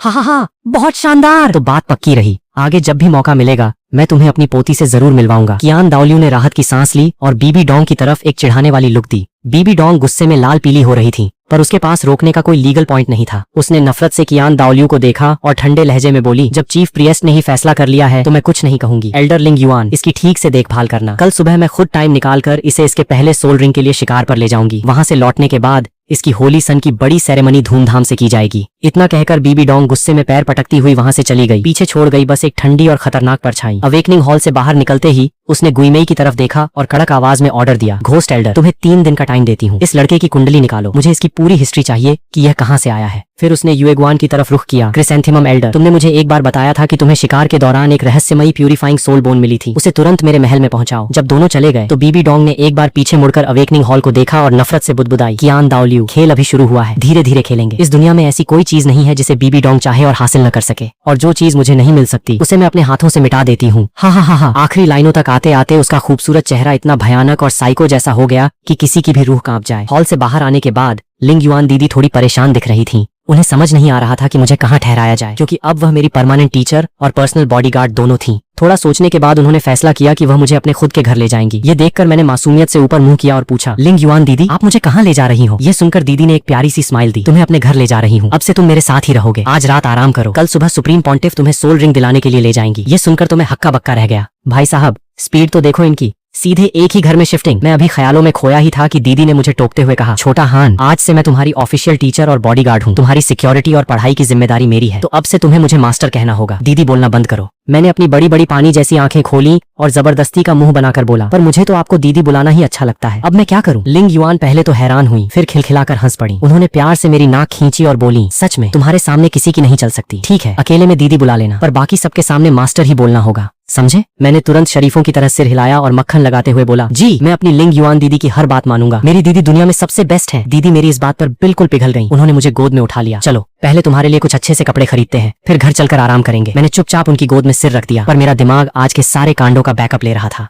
आज जो कुछ भी हुआ वह किसी सपने जैसा था। मुझे लाइट और डार्क ट्विन ड्रैगन्स मिले, ड्रैगन गॉड का इनहेरिटेंस मिला, मैं बीबी डोंग का चेला बना, होली सन की गद्दी मिली और सोने पर सुहागा। कियान रेनशुए से सगाई भी पक्की हो गई। सिर्फ बीबी डोंग को गुरु मानने वाली बात को छोड़ दिया जाए तो बाकी सब तो बिल्कुल छप्पर फाड़ के मिला था। और जब से कियान रेनशुए का नाम जुड़ा था, लाइफ में एक अलग ही किक आ गई थी। अब जब मैं पहले ही स्पिरिट हॉल का हिस्सा बन ही चुका था तो इसकी हिफाजत करना मेरा फर्ज था। ओरिजिनल स्टोरी में तांग सान ने न सिर्फ स्पिरिट हॉल को बर्बाद किया था बल्कि कियान रेनशुए का गॉडहुड भी छीन लिया था। मैं इस जन्म में ऐसा कुछ भी नहीं होने दूंगा। मैं स्पिरिट हॉल और कियान रेनशुए दोनों को बचाऊंगा। अब बस यहीं छिपकर आराम से लेवल अप करना है। 10 साल के अंदर टाइटल डुआलुओ बनना तय है, तब जाकर इन सब की रक्षा भी होगी और पेरेंट्स का बदला भी पूरा होगा। वैसे तो मैं अभी भी स्पिरिट हॉल को तांग हाउ का ठिकाना बता सकता था, पर नहीं, माता पिता के खून का बदला मैं अपने इसी हाथ से लूंगा और उस हाउतियन क्लैन तथा ब्लू लाइटनिंग क्लैन ने जो पुराने पाप किए हैं उनका हिसाब भी एक एक करके चुकता करूंगा। वो मैं अभी सोच ही रहा था कि अचानक आसपास की दुनिया फिर से गायब हो गई। अगले ही पल मैं दोबारा अपने स्पिरिचुअल सी में था और सामने वही भीमकाय ड्रैगन गॉड खड़ा था। लड़के, तुमने बहुत बढ़िया काम किया। ड्रैगन गॉड की आवाज में थोड़ी तारीफ का भाव था। मैंने सोचा नहीं था कि तुम इतनी जल्दी मेरी पहली परीक्षा पास कर लोगे। ये सुनते ही मेरे कान खड़े हो गए, चेहरे पर एक लालची मुस्कान आई। तो बॉस, मेरा इनाम कहाँ है? ड्रैगन गॉड की आंखें चमकी, उसके चारों तरफ सोने के जादुई सिंबल तैरने लगे और वो सारे उड़कर सीधे मेरी बॉडी में समा गए। आखिरकार वो सब मेरे माथे के बीचों बीच इकट्ठे हुए और वहाँ एक ड्रैगन के सिर जैसा निशान छप गया। ये क्या चीज है? माथे के उस निशान के अलावा मुझे अपनी बॉडी में कोई खास चेंज महसूस नहीं हुआ। ड्रैगन गॉड ने शांत रहकर समझाना शुरू किया, ये तुम्हारी पहली परीक्षा का इनाम है, ड्रैगन गॉड होली बॉडी। लेकिन अभी यह अपने बिल्कुल शुरुआती टूटे फूटे स्टेज पर है। इस स्टेज में आगे की ट्रेनिंग बहुत मुश्किल होगी क्योंकि इस सोल लैंड की हवा में असली जादुई एनर्जी बहुत कम है, जिसकी वजह से तुम्हारी इस बॉडी का लाइफ व्हील सो चुका है और उसे जगाना नामुमकिन है। अगर इस बॉडी को एक्टिवेट करना है तो तुम्हें किसी बहुत ही रेयर और चमत्कारी बूटी की जरूरत पड़ेगी जिसमें बहुत ज्यादा रिसोर्सेज खर्च होंगे। ये सुनते ही मेरे तो होश उड़ गए। साला, ये तो वही बात हो गई कि कार गिफ्ट में मिली है पर उसमें इंजन ही नहीं है। ड्रैगन गॉड ने मेरा उतरा हुआ चेहरा देखकर कहा, लड़के टेंशन मत ले, जो फ्यूचर मैंने देखा था उसके मुताबिक इस दुनिया में कुछ इमॉर्टल हर्ब्स और वेल मैरो जैसी नायाब चीजें मौजूद हैं। अगर तुम उन्हें खा लो तो तुम्हारी ये बॉडी पूरी तरह एक्टिवेट हो सकती है। मैंने थोड़ा दिमाग दौड़ाया। इमॉर्टल हर्ब्स के बारे में तो मुझे अच्छे से पता था, पर प्रॉब्लम ये थी कि अभी मैं स्पिरिट हॉल की निगरानी में था तो वहाँ से भागकर हर्ब्स चुराना नामुमकिन था। रही बात वेल मैरो की, तो उसका क्या जुगाड़ हो सकता है? मुझे कोई आइडिया नहीं था। चलो घर जाकर दीदी से इसके बारे में पूछूंगा। मैंने सोचा, ठीक है बॉस, तो अब सेकंड टास्क क्या है? उम्मीद है उसका इनाम इतना सिरदर्दी वाला नहीं होगा? मैंने पूछा। ड्रैगन गॉड थोड़ी देर चुप रहा और फिर भारी आवाज में बोला, ड्रैगन गॉड का दूसरा टास्क, अपने किसी भी एक स्पिरिट पर 3 सोल रिंग्स चढ़ाओ और शर्त यह है कि उन तीनों सोल रिंग्स की कुल उम्र 15,000 साल से कम नहीं होनी चाहिए। टाइम लिमिट है सिर्फ 2.5 दिन। रही बात इनाम की, तो वो मैं पहले नहीं बता सकता। टास्क पूरा होने पर खुद देख लेना। 2.5 दिन के अंदर 3 सोल रिंग्स और वो भी टोटल 15,000 साल से ऊपर की। ये कंडीशन इतनी अजीब और मुश्किल थी कि मैं थोड़ी देर के लिए सुन पड़ गया। इसका मतलब साफ था कि मेरा पहला ही सोल रिंग कम से कम कुछ 1000 साल का होना चाहिए था। खैर, अगर मैं अपनी इस नई अनएक्टिवेटेड बॉडी का सही इस्तेमाल करूं तो शायद ये टास्क थोड़ा आसान हो जाए। जैसे ही उसकी बात खत्म हुई, ड्रैगन गॉड की आंखें चमकी और उसने मुझे वापस हकीकत में भेज दिया। जैसे ही मैं होश में आया, लिंग युआन दीदी की फिक्रमंद आवाज सुनाई दी, छोटा हान, क्या हुआ? क्या तुम्हें नींद आ रही है? मैंने तुरंत अपना सिर झटका और कहा, अरे नहीं नहीं दीदी, मैं बिल्कुल ठीक हूँ। लिंग युआन ने राहत की सांस ली और मुस्कुराकर बोली, चलो फिर, सामने ही कपड़ों की दुकान है। मैंने हाँ में सिर हिलाया, पर मेरे दिमाग में ड्रैगन गॉड का वह दूसरा टास्क घूम रहा था। इसका मतलब अब मुझे रास्ते में दीदी से उस वेल मैरो के बारे में हर हाल में पूछताछ करनी ही पड़ेगी। वक्त धीरे धीरे बीतता गया। दीदी ने मेरे लिए कुछ बढ़िया से कपड़े खरीदे और हम वापस उनके घर की तरफ चलने लगे। वापसी के रास्ते में मैंने बड़े ही एक्साइटेड होकर पूछा, लिंग युआन दीदी, आपको उस वेल मैरो के बारे में कुछ पता है क्या? लिंग युआन दीदी पहले तो थोड़ा चौंकी, फिर उन्होंने मुझसे पूछा, तुम्हें इस चीज के बारे में कहाँ से पता चला? वेल मैरो शरीर को बहुत ज्यादा ताकत और गर्मी देती है, पर मार्केट में सिर्फ कम उम्र वाली ही मिलती है। उसे खाने के बाद शरीर में इतनी गर्मी बढ़ जाती है कि आम लोग उसे छूने से भी डरते हैं। मैंने तुरंत मासूमियत से सिर हिलाया और अपनी बड़ी बड़ी आंखें मटकाते हुए झूठ बोला, अरे दीदी, आप गलत समझ रही हो। मैं तो बस अपनी बॉडी की स्ट्रेंथ बढ़ाने के लिए उसके बारे में पूछ रहा था। क्या आपको पता है कि सबसे ज्यादा उम्र वाली वेल मैरो कहाँ मिलेगी? क्या आप मेरे लिए थोड़ा सा जुगाड़ कर सकती हो? ये सुनते ही दीदी की आंखें फटी की फटी रह गईं। उन्हें यकीन नहीं हो रहा था कि मुझ जैसे छोटे बच्चे को यह भी पता है कि वेल मैरो से बॉडी को फौलाद बनाया जा सकता है। खैर, उन्होंने ज्यादा सवाल जवाब नहीं किए और हंसते हुए बोली, चलो, तुमने बिल्कुल सही बंदे से सवाल पूछा है। सालों पहले जब मैंने सी गॉड आइलैंड पर हमला किया था, तब मुझे वहाँ किस्मत से कुछ बहुत ही कीमती वेल मैरो मिल गई थी। मैंने उन्हें आज तक संभाल कर रखा है। घर चलते ही वह तुम्हारी हुई। समझो मेरी तरफ से तुम्हें गुरु दक्षिणा या पहला गिफ्ट मिल गया। मुझे ओरिजिनल स्टोरी का वह सीन याद आ गया जब स्पिरिट हॉल ने सी गॉड आइलैंड पर धावा बोला था। मैं खुशी से उछल पड़ा, ओहो वाओ, थैंक यू दीदी, पर वो कितनी पुरानी है? दीदी ने प्यार से मेरे गाल खींचे और मुस्कुराकर बोली, घर चलकर खुद देख लेना, बस इतना समझ लो कि उनकी उम्र बहुत ज्यादा है। मैं तो मन ही मन नाचने लगा था। जब एक टाइटल डुआलुओ कह रही है कि उम्र बहुत ज्यादा है, तो भाई साहब वह कम से कम कई 1000 साल पुरानी तो होगी ही। सोचकर ही रोंगटे खड़े हो रहे थे। अरे बाप रे, कोई बचाओ, भागो यहाँ से। तभी अचानक सामने की सड़क पर जोर जोर से चीख पुकार मच गई। देखते ही देखते जो बाजार खचाखच भरा था वहाँ भगदड़ मच गई। सामने एक आदमी हाथ में नंगी तलवार लिए पागलों की तरह चिल्ला रहा था, तुम सबने मुझसे मेरा सब कुछ छीन लिया, आज मैं तुम सबको इसका मजा चखाऊंगा। मैंने जब गौर से देखा तो मेरे तो होश ही उड़ गए। साला ये तो वही अवेकनिंग हॉल का मास्टर था। ऐसा लग रहा था कि उसकी सोल पावर छीनकर उसे स्पिरिट हॉल से लात मारकर निकाल दिया गया था और अब वह इस सदमे को बर्दाश्त नहीं कर पाया और सरेआम पागल होकर दंगा करने लगा। लिंग युआन दीदी ने जब ये देखा तो उनके चेहरे पर गुस्सा आ गया। वह तुरंत उसे रोकने के लिए तैयार हो गई। छोटा हान, तुम यहीं खड़े रहना और बिल्कुल मत हिलना, दीदी अभी जाकर उस पागल को ठीक करके आती है। उन्होंने मुझे धीरे से जमीन पर उतारा और एक झटके में हवा से बातें करती हुई उस तरफ निकल गईं। तभी अचानक बगल की एक गली से 3 परछाइयां तेजी से बाहर निकलीं और उस दंगे की तरफ भागने लगीं। मेरा ध्यान तुरंत उन पर गया। सबसे आगे एक लड़की थी जो उम्र में मुझसे करीब 6 साल बड़ी लग रही थी। चेहरा बेहद खूबसूरत और कातिलाना था। उसके पीछे 2 लड़के भाग रहे थे। भाई साहब, मैं उन्हें देखते ही पहचान गया। ये बीबी डोंग की सबसे लाडली चेली हुलियना थी और पीछे उसके भाई शियुए और उसका आशिक यान थे। उनकी स्पीड देखकर लग रहा था कि वो भी उस पागल को रोकने जा रहे हैं, पर शायद इसे ही कहते हैं किस्मत का खेल। भागते भागते अचानक हुलियना की नजर मुझ पर पड़ गई। अब इतने बड़े दंगे के बीच मुझ जैसा छोटा बच्चा अकेला खड़ा हो तो कोई भी नोटिस कर लेगा। उसे देखते ही उसके अंदर की ममता जाग गई। इतना छोटा बच्चा यहाँ अकेला क्या कर रहा है, बहुत डेंजरस है। हुलियना ने तुरंत अपना रास्ता बदला और सीधे मेरी तरफ दौड़ पड़ी। नाना, तुम कहाँ जा रही हो? शियुए और यान दोनों चिल्लाए और वो भी उसके पीछे पीछे भागे। हुलियना तुरंत मेरे सामने आई और एक प्यारी सी स्माइल के साथ बोली, छोटे बच्चे, तुम यहाँ अकेले क्या कर रहे हो? तुम्हारे मम्मी पापा कहाँ हैं? मैं तो उसे देखकर बिल्कुल ब्लैंक हो गया था। सोचा नहीं था कि वह खुद मेरे पास आ जाएगी। हुलियना को लगा कि मैं डर के मारे गूंगा हो गया हूँ, इसलिए वह थोड़ा और झुकी और प्यार से बोली, डरो मत मेरे भाई, दीदी तुम्हें अभी एक सेफ जगह पर ले जाएगी। ये सब देखकर पीछे खड़ा यान जल भुनकर राख हो गया। शियुए तो शांत था, पर यान चिढ़कर बड़बड़ाया, नाना, इस फालतू बच्चे को छोड़ो, हमारा पहला काम उस पागल को पकड़ना है। हुलियना ने तुरंत उसे एक खतरनाक लुक दी और डांटते हुए बोली, तुम्हें दिखता नहीं है कि यह बच्चा यहाँ कितना अकेला और खतरे में है? इतना कहकर उसने यान को पूरी तरह इग्नोर मार दिया और मेरी तरफ मुड़कर बोली, छोटे भाई चलो दीदी के साथ, पहले तुम्हें सेफ जगह छोड़ देती हूँ। मैंने चुपचाप हाँ में सिर हिलाया। यान की वह सड़ी हुई शक्ल देखकर मुझे भी थोड़ा गुस्सा आ रहा था, इसलिए मैं जानबूझकर हुलियना के और पास जाकर चिपक गया। यह देखकर यान का चेहरा तो ऐसा हो गया जैसे उसने करेला खा लिया हो। शियुए ने उसकी पीठ पर हाथ रखा और मजे लेते हुए बोला, अरे भाई क्या कर रहा है? वह अभी छोटा बच्चा है, तू एक बच्चे से भी जलने लगा क्या? हुलियना जब मुझे लेकर आगे बढ़ रही थी तो मैंने पीछे मुड़कर यान को चिढ़ाते हुए जीभ निकाली, जिससे वह गुस्से में बिल्कुल पागल हो गया। सर्र कुछ ही देर में हुलियना मुझे लेकर एक सुनसान गली में पहुंच गई। उसने मेरे सिर पर हाथ फेरा और कहा, छोटे भाई तुम थोड़ी देर यहीं छिपकर बैठो, दीदी बाहर जाकर उस विलन को पकड़ती है, फिर आकर तुम्हें तुम्हारे घर छोड़ दूंगी, ठीक है? मैंने शरीफ बच्चा बनकर सिर हिलाया। जी दीदी, मैं यहीं आपका वेट करूंगा, और उसे जाते हुए देखता रहा। उसके जाने के बाद मेरे दिमाग में एक और खुराफात चल रही थी। हुलियना को बीबी डोंग अपनी बेटी की तरह मानती है। अगर मैं इसके साथ अच्छी दोस्ती कर लूं तो फ्यूचर में मेरे लिए स्पिरिट हॉल में अपनी धाक जमाना और भी आसान हो जाएगा। दूसरी तरफ लिंग युआन दीदी ने उस पागल सोल मास्टर को चुटकियों में ढेर कर दिया था और उसे वहाँ के गार्ड्स के हवाले कर दिया था। पर जब वह वापस उस जगह पहुंची जहाँ मुझे छोड़कर गई थी तो वहाँ का नजारा देखकर उनके हाथ पांव फूल गए। मैं वहाँ नहीं था। छोटा हान तुम कहाँ हो? वह हवा में मेरी बची कुची एनर्जी को सूंघते हुए पागलों की तरह चिल्लाने लगी, लिंग युआन दीदी मैं यहाँ हूँ। उनकी आवाज सुनते ही मैं गली से बाहर निकल आया। दीदी ने जैसे ही मुझे देखा वह दौड़कर आई और मुझे कसकर गले से लगा लिया। मुझे लगा कि वह मुझ पर चिल्लाएंगी कि मैं बिना बताए कहाँ भाग गया था, पर साला ट्विस्ट देखो, वह खुद को ही कोसने लगी। छोटा हान तुम डर गए थे ना, इसीलिए तुम यहाँ छिप गए थे? मुझे माफ कर दो, सब मेरी गलती है, मुझे तुम्हें अकेला नहीं छोड़ना चाहिए था। डरो मत, अब से दीदी ऐसा कभी नहीं करेगी। तुम मुझसे नाराज तो नहीं हो ना? उनका ये ओवर रिएक्शन देखकर मैं खुद थोड़ा सोच में पड़ गया, पर मैंने तुरंत बात संभाली। अरे कोई बात नहीं दीदी, मैं बिल्कुल ठीक ठाक हूँ ना। दीदी ने एक लंबी सांस ली और मुस्कुराते हुए कहा, चलो अब सीधे घर चलते हैं। घर जाकर दीदी तुम्हें एक बहुत ही बढ़िया सरप्राइज गिफ्ट देगी। बढ़िया गिफ्ट? ये सुनते ही मेरे कान खड़े हो गए कि आखिर वो क्या देने वाली है। पर तभी मुझे याद आया, साला हुलियना तो बाहर मेरा वेट कर रही होगी। पर अब बहुत देर हो चुकी थी, मैं कुछ बोल पाता उससे पहले ही दीदी मुझे हवा की स्पीड से अपने आलीशान बंगले पर ले आई। चर्र दीदी ने घर का बड़ा दरवाजा खोला और मुझे गोद में लिए अंदर चली गई। छोटा हान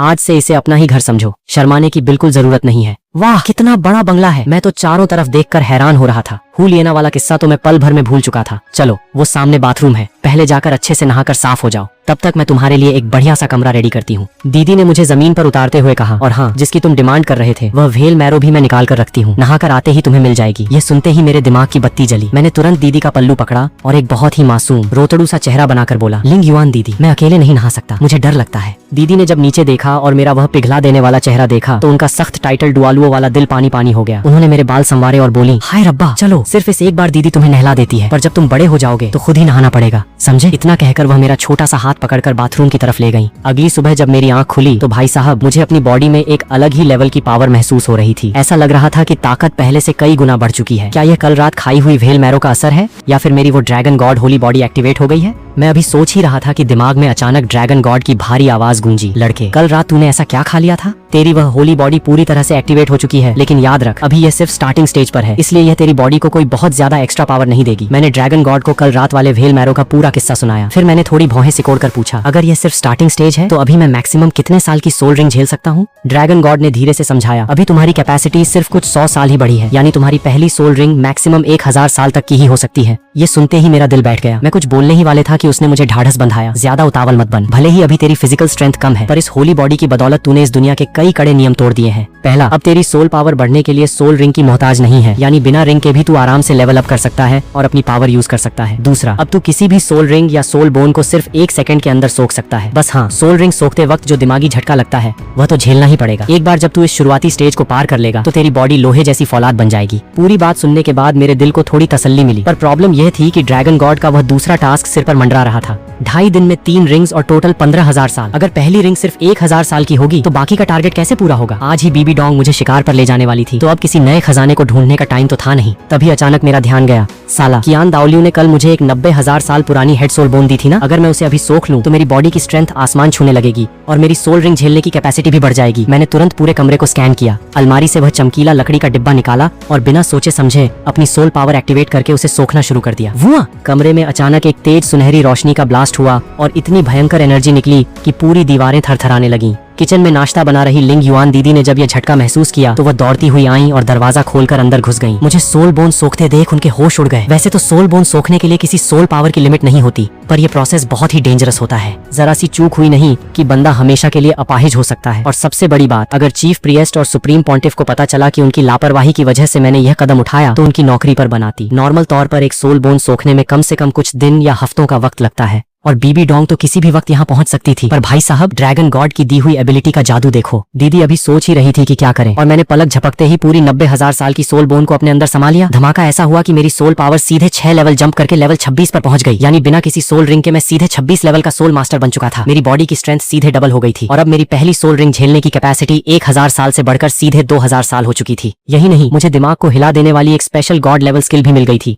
dragon roar dominates the world. सामने खड़ी लिंग युआन दीदी की तो बोलती ही बंद हो गई थी। वो बिल्कुल बुत बनकर चिल्लाई, ये कैसे मुमकिन है? कोई 1 सेकंड में पूरी सोल बोन कैसे हजम कर सकता है? मैंने उनकी तरफ देखा और बड़े ही प्यार से बोला, अरे लिंग युआन दीदी, आप आ गई? तभी मुझे याद आया कि कल रात मैंने वेल मैरो खाकर उनके साथ बाथरूम में क्या कांड किया था, तो मुझे थोड़ी झेप महसूस हुई। मुझे डर था कि कहीं वह मुझसे दूर न हो जाए। दीदी तुरंत मेरे पास आकर बैठी और घबरा कर पूछा, छोटा हान, सच सच बताओ, ये सब क्या जादू है? मैंने अपना सिर खुजलाया और एक अनजान सी शक्ल बनाकर बोला, मुझे खुद नहीं पता दीदी, शायद मेरा शेक्सपियर ही कुछ अलग लेवल का है और कल जो आपने मुझे 10,000 साल पुरानी वेल मैरो खिलाई थी, शायद उसी के रिएक्शन से ये सब हो गया। दीदी ने बहुत दिमाग दौड़ाया पर उनके पास भी कोई लॉजिकल आंसर नहीं था। आखिरकार वह मुस्कुराई और प्यार से बोली, चलो तुम बिल्कुल सेफ हो, यही मेरे लिए बहुत है। सुप्रीम पॉन्टिफ किसी भी वक्त आती ही होंगी, उन्हीं से तुम्हारा चेकअप करवाएंगे। चलो पहले बाहर चलकर नाश्ता कर लो। इतना कहकर वह मुझे आंगन की तरफ ले गई। आंगन में टेबल पर बैठते ही मैंने जानबूझकर एक शरीफ और कसूरवार चेहरा बनाया और पूछा, मास्टर लिंग युआन, कल रात क्या मैंने आपके लिए बहुत ज्यादा मुसीबत खड़ी कर दी थी? दीदी ने एक हल्की सी स्माइल दी और बेहद सॉफ्ट आवाज में बोली, कल रात जब तुम उस वेल मैरो को पचा रहे थे तो वह बहुत डेंजरस था। एक गुरु होने के नाते तुम्हारी मदद करना मेरा फर्ज था, इसलिए इस बात को दिल से मत लगाओ। जब मैंने देखा कि उनके दिल में मेरे लिए कोई कड़वाहट नहीं है तो मेरी जान में जान आई। मैंने बिल्कुल सीरियस होकर कहा, कल अगर आपने मेरी जान न बचाई होती तो पता नहीं क्या होता। आपका यह एहसान मैं जिंदगी भर नहीं भूलूंगा। दीदी एक पल के लिए दंग रह गईं। उन्होंने सोचा नहीं था कि मुझ जैसा 6 साल का बच्चा इतना मैच्योर और समझदार हो सकता है। उन्होंने धीरे से कहा, ठीक है, मैंने तुम्हारी यह बात नोट कर ली। धड़ाम! तभी अचानक आंगन का मुख्य दरवाजा किसी ने पूरी ताकत से लात मारकर खोल दिया और बाहर से एक बेहद बर्फीली और कड़क औरत की आवाज आई, एल्डर लिंग युआन, तो तुम हमारे स्पिरिट हॉल के होली सन को इस तरह की ट्रेनिंग दे रही हो? पूरे ठाठ बाट के साथ एक चमकीली और महंगी लॉन्ग ड्रेस पहने बीबी डोंग अंदर आ रही थी और उसके ठीक पीछे खड़ी थी वही लड़की हुलियना। मैं और लिंग युआन दीदी दोनों चौंक गए। दीदी ने तुरंत झुककर सलाम किया, प्रणाम सुप्रीम पॉन्टिफ। मैंने भी तुरंत हाथ जोड़े। चेला अपनी गुरु माता को प्रणाम करता है। बीबी डोंग की आंखें लिंग युआन दीदी पर टिक गईं, जो गुस्से से लाल हो रही थीं। मैंने हमेशा सुना था कि एल्डर लिंग युआन दुनिया की मोह माया से दूर रहती हैं, पर आज जो बातें मेरे कानों में पड़ी हैं, उसे सुनकर तो मुझे अपनी ही आंखों पर यकीन नहीं हो रहा कि तुम पीठ पीछे ऐसे घटिया काम कर रही हो। असल में बीबी डोंग तो काफी समय से इसी फिराक में थी कि कैसे भी करके कियान दाओलियू के इस मोहरे को मेरे पास से हटा सके, और आज साला मौका खुद चलकर उसके दरवाजे पर आ गया था। दीदी ने तुरंत अपना सिर और नीचे झुकाया और अपनी गलती मान ली। ये पूरी तरह मेरी गलती है, मैं हर सजा भुगतने के लिए तैयार हूँ, पर प्लीज इसमें होली सन का कोई कसूर नहीं है, उन्हें कोई सजा मत दीजिएगा। ये देखते ही भाई साहब मेरा खून खौल उठा। मैं तुरंत दौड़ कर गया और दीदी के आगे ढाल बनकर खड़ा हो गया। मैंने बीबी डोंग की आंखों में आंखें डालकर कहा, गुरु माता, इसमें दीदी की कोई गलती नहीं है, सारी गलती मेरी है। कल रात मैंने ही बिना पूछे उनकी अलमारी से वो 3-10 हज़ार साल पुरानी व्हेल मैरो चुरा कर खा ली थी। मैंने सीना तान कर कहा, गुरु माता, कल रात जब मैं उस व्हेल मैरो को पचा रहा था तो उसकी पावर आउट ऑफ कंट्रोल हो गई थी। मास्टर लिंग युआन ने तो बस मेरी जान बचाने के लिए अपनी सोल पावर का इस्तेमाल किया था। अगर कोई गलती हुई है तो उसकी पूरी जिम्मेदारी सिर्फ और सिर्फ मेरी है। बीबी डोंग ने एक कड़वी और नफरत भरी हंसी हंसते हुए कहा, तुम अभी बहुत छोटे हो बच्चे, ये मनगढ़ंत कहानी मेरे सामने मत सुनाओ, बहुत ही बकवास बहाना है। उसकी लाडली चेली हूँ लिएना ने भी अपनी गुरु की बात पर हाँ में हाँ मिलाई। उसे लगा कि मैं इतनी छोटी सी उम्र में ही सफेद झूठ बोल रहा हूँ, जिससे उसके दिल में मेरे लिए जो थोड़ी बहुत हमदर्दी थी वह भी पल भर में गायब हो गई। मुझे अच्छे से पता था कि अगर मैंने अभी कोई पक्का सबूत नहीं दिखाया तो ये लोग लिंग युआन दीदी को घसीट कर यहाँ से बाहर फेंक देंगे। मैंने बिना कोई टाइम वेस्ट किए सीधे अपने स्पष्ट स्पिरिट्स को एक्टिवेट कर दिया। रोआरर! 2 भयानक ड्रैगन्स की दहाड़ से पूरा आंगन गूंज उठा। बिना किसी सोल रिंग के मेरी 26 लेवल की सोल पावर का भयंकर प्रेशर चारों तरफ फैल गया। ये देखते ही लिएना की आंखों की नफरत पल भर में गायब हो गई। वहाँ सिर्फ और सिर्फ अचंभा था। और बीबी डोंग, भाई साहब, उसका तो पूरा एटीट्यूड ही बदल गया। वह पागलों की तरह चिल्लाई, ये नामुमकिन है, बिना एक भी सोल रिंग के कोई सीधे 26 लेवल पर कैसे पहुंच सकता है। मैंने लोहा गर्म देखकर तुरंत हथौड़ा मार दिया और पूरी कहानी सुना दी। कल रात मैंने ही चोरी छिपे वह व्हेल मैरो खा ली थी, जिसकी वजह से मैं लगभग मरते मरते बचा। मास्टर लिंग युआन ने अपनी पूरी ताकत लगाकर मेरे खून के उबाल को शांत किया। आज जो मैं बिना किसी सोल रिंग के इतनी आसानी से सोल बोन को हजम कर पाया हूँ और मेरी पावर सीधे 26 लेवल पर पहुंच गई है, ये सब उसी चमत्कारी व्हेल मैरो का असर है। अभी जो मैंने मास्टर से वादा किया था वह बस उनकी जान बचाने के एहसान के बदले में था। मेरी गुरु माता से गुजारिश है कि वह मास्टर को माफ कर दें। पूरी बात सुनने के बाद लिएना की आंखों में मेरे लिए रिस्पेक्ट साफ दिख रही थी। उसे लगा कि मैं न सिर्फ एक गॉड लेवल जीनियस हूँ बल्कि बहुत ही वफादार और रिश्ते निभाने वाला बंदा हूँ। बीबी डोंग ने कंफर्म करने के लिए लिंग युआन की तरफ देखा। दीदी ने भी तुरंत हाँ में सिर हिलाया, पर वो मन ही मन हैरान थी कि मुझ जैसे छोटे बच्चे का दिमाग कितना शातिर और तेज चलता है। बीबी डोंग का दिमाग भी चकरा गया था। अगर बात सच में यही थी तो लिंग युआन की कोई गलती नहीं थी। उल्टा उसने तो स्पिरिट हॉल के सबसे बड़े खजाने की जान बचाई थी। अगर वह जबरदस्ती कोई एक्शन लेती तो मैं उससे नफरत करने लगता, जो उसके प्लान के लिए बिल्कुल ठीक नहीं था। उसने अपने गुस्से को पी लिया और एक नकली बड़ी स्माइल के साथ बोली, ओहो, तो यह बात है। लगता है पूरी बात जाने बिना मैंने ही एल्डर लिंग युआन को गलत समझ लिया। खैर, इस बात को यहीं दबा दो, बाहर किसी को पता नहीं चलना चाहिए, वरना लोग बातें बनाएंगे। शाम होते होते हम सब सनसेट फॉरेस्ट के बाहरी इलाके में पहुंच गए। बीबी डोंग ने सबसे पहले आगे बढ़कर कहा, वक्त बहुत कम है, चलो काम शुरू करते हैं। अंदर घुसते ही सबसे पहले हम नाना के लिए उसका तीसरा सोल रिंग ढूंढेंगे। सुप्रीम पॉन्टिफ के ऑर्डर पर हम चारों ने जंगल में कदम रखा। थोड़ी सी खोजबीन के बाद बाहरी इलाके में ही हमें एक perfect demon fox soul beast मिल गया। बीबी डोंग के लिए उसे अधमरा करना बाएं हाथ का खेल था। लिएना ने आगे बढ़कर उसे आखिरी झटका दिया और वहीं जमीन पर बैठकर उसे सोखने लगी। लिंग युआन दीदी मेरे पास झुकी और बड़े प्यार से पूछा, छोटा हान, अभी जो तुमने देखा क्या तुम्हें उससे डर लगा? मैंने तुरंत दीदी की गोदी में मुंह छिपाया और मजे लेते हुए बोला, जब तक मेरी लिंग युआन दीदी मेरे साथ है मुझे किसी का डर नहीं है। दीदी खिलखिलाकर हंस पड़ी और बड़े लाड से मेरे बाल संवारने लगी। हमारा ये प्यार भरा तालमेल बीबी डोंग को फूटी आंख नहीं सुहा रहा था। उसने बीच में ही टोकते हुए कहा, रिपोर्ट्स के मुताबिक इस जंगल के बाहरी इलाके में 400 साल पुराने कई डार्क एट्रीब्यूट वाले सब ड्रैगन घूम रहे हैं। एल्डर लिंग युआन, तुम यहीं रुककर नाना की रखवाली करो, मैं खुद छोटा हान को लेकर उसका पहला सोल रिंग दिलाने जाती हूँ। सोल रिंग का नाम सुनते ही मुझे ड्रैगन गॉड का वह दूसरा टास्क याद आ गया। मैंने तुरंत कहा, गुरु माता, मुझे अपने पहले सोल रिंग के लिए कम से कम 2000 साल पुराना सोल बीस्ट चाहिए। सन्नाटा। ये सुनते ही लिंग युआन और बीबी डोंग दोनों के पैरों तले जमीन खिसक गई। बीबी डोंग जब होश में आई तो वह बुरी तरह चिल्लाई, बकवास बंद करो, पहले सोल रिंग को झेलने की मैक्सिमम लिमिट सिर्फ 423 साल है। अगर तुमने इससे 1 साल ऊपर की रिंग भी छुई तो तुम्हारी बॉडी उस प्रेशर को झेल नहीं पाएगी और तुम वहीं फटकर मर जाओगे। मुझे बिना सोचे ही पता था कि यह उस 2 कौड़ी के ग्रैंड मास्टर की बकवास थ्योरी थी। मैंने तुरंत पलटवार किया। सोल रिंग झेलने की कोई फिक्स लिमिट नहीं होती। अगर किसी सोल मास्टर की बॉडी की स्ट्रेंथ तगड़ी हो तो वो इस लिमिट को आसानी से तोड़ सकता है। अगर आपका स्पिरिट गॉड लेवल हो, आपने हाई लेवल व्हेल मैरो खाई हो और कोई तगड़ी सोल बोन सोख रखी हो तो आपकी बॉडी लोहे जैसी मजबूत हो जाती है। मैंने 10,000 साल पुरानी व्हेल मैरो खाई है और एक 90,000 साल पुरानी हेड सोल बोन भी सोख चुका हूँ। मेरी करंट बॉडी स्ट्रेंथ आराम से 2000 साल की सोल रिंग झेल सकती है। लिंग युआन दीदी को मेरी बातों में बिल्कुल दम लगा, पर बीबी डोंग का चेहरा गुस्से से और काला पड़ गया। ये 423 साल वाली थ्योरी उसके प्यारे शियाओ गांग ने सालों की रिसर्च के बाद निकाली थी। अगर सिर्फ बॉडी स्ट्रेंथ बढ़ाकर इस लिमिट को तोड़ा जा सकता था तो इसका मतलब शियाओ गांग की थ्योरी बिल्कुल बकवास और गलत साबित हो जाती। और चूंकि वह खुद इस थ्योरी को पूरी दुनिया में प्रमोट कर रही थी तो वो दोनों पूरी दुनिया के सामने जोकर बन जाते। शियाओ गांग की थ्योरी कभी गलत नहीं हो सकती। बीबी डोंग ने गुस्से में मेरी बात को सिरे से खारिज कर दिया। तुम्हारी बॉडी चाहे जितनी मजबूत हो, पहली सोल रिंग सिर्फ 423 साल की ही होगी, 1 साल ज्यादा नहीं। इतना बोलने के बाद वह गुस्से में इतनी तमतमा गई कि उसका मुझे शिकार पर ले जाने का मूड ही खराब हो गया। उसने लिंग युआन की तरफ हाथ हिलाया, एल्डर लिंग युआन, ये काम अब तुम्हारे हवाले है, जाओ और इस मामले को निपटाओ। दीदी तो यही चाहती थी। उन्होंने तुरंत हाँ में सिर हिलाया और मेरा हाथ पकड़कर वहाँ से ऐसे भागी जैसे उन्हें डर हो कि बीबी डोंग कहीं अपना फैसला न बदल ले। जब हम बीबी डोंग से काफी दूर निकल आए तो दीदी ने बिल्कुल सीरियस होकर मुझसे पूछा, छोटा हान, क्या तुम सच में 2000 साल पुराने सोल बीस्ट की रिंग ही लेना चाहते हो? मैंने दीदी का हाथ पकड़कर थोड़ा मटकाया और अपनी आंखों में पूरी उम्मीद भरकर कहा, हाँ दीदी, आप मेरा साथ दोगी ना? अब ड्रैगन गॉड का वह दूसरा टास्क पूरा होगा या नहीं, ये सब दीदी के इसी एक फैसले पर टिका था। दीदी ने मुस्कुराते हुए मुझे अपनी गोद में उठा लिया। ठीक है बाबा, चलो तुम्हारे लिए एक परफेक्ट सोल बीस्ट ढूंढते हैं। इतना कहकर वह मुझे लेकर जंगल के और गहरे हिस्से की तरफ बढ़ गई। अभी हम थोड़ी ही दूर गए थे कि दीदी की नजर जमीन पर बने कुछ निशानों पर पड़ी। ये एक डार्क थंडर सब ड्रैगन के पैरों के निशान है। साइज देखकर लग रहा है कि ये बिल्कुल 2000 साल के आसपास का है। लाइट और डार्क दोनों एट्रीब्यूट वाले ड्रैगन बहुत ही रेयर होते हैं। ये तुम्हारे स्पष्ट स्पिरिट के लिए बिल्कुल परफेक्ट है। ये सुनते ही मेरे तो मजे आ गए। तो फिर देर किस बात की दीदी, चलो जल्दी उसका पीछा करते हैं। कुछ ही देर में हमें वो ड्रैगन दिख गया। वो पूरा जेट ब्लैक रंग का था। पीठ पर 2 विशाल पंख थे